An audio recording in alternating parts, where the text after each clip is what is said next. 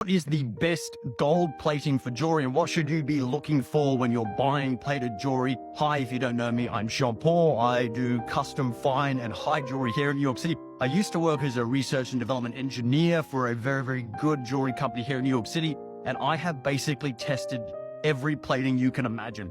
In every color, in every carat, I have done everything when it comes to plating because everybody wants to play with color, be creative, and do things that you can't do with the limited color spectrum of gold and platinums and palladium palette. Plating was a huge part of the R&D world to see what can be done, and a lot of jewelry companies love black. There is no black metal.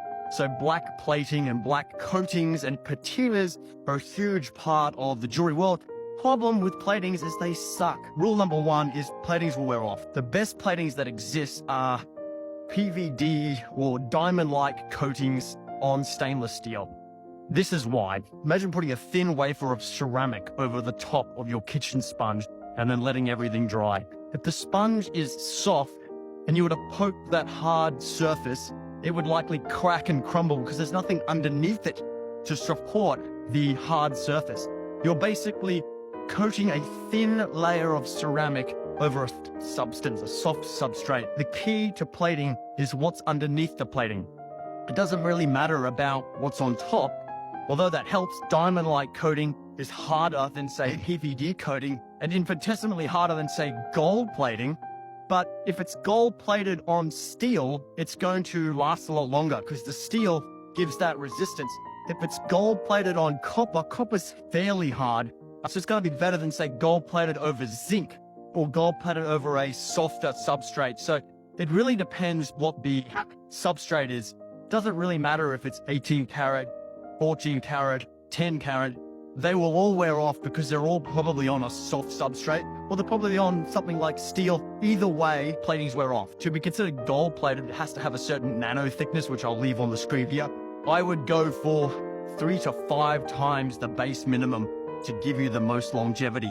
Vermeil is probably the best option. And to put it in perspective, if you are refurbishing something with polishing, if it's plated, like I would do with any of the fine jewelry and high jewelry that we make, if I'm giving it a final polish, I would cut right through any plating with a polishing wheel.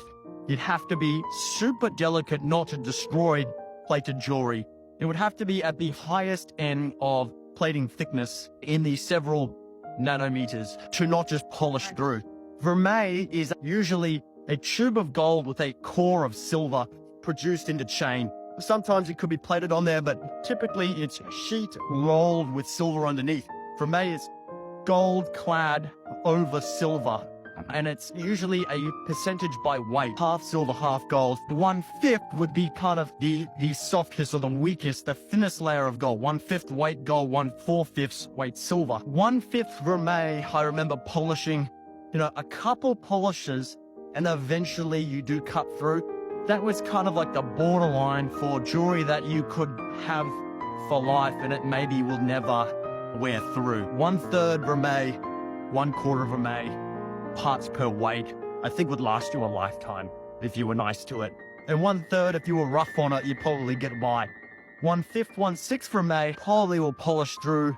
Vermeil is infinitesimally thicker than plating. So vermeil is my recommendation. Plating will come off. Don't be sad, get something new, enjoy the piece for what it is, but platings do wear off.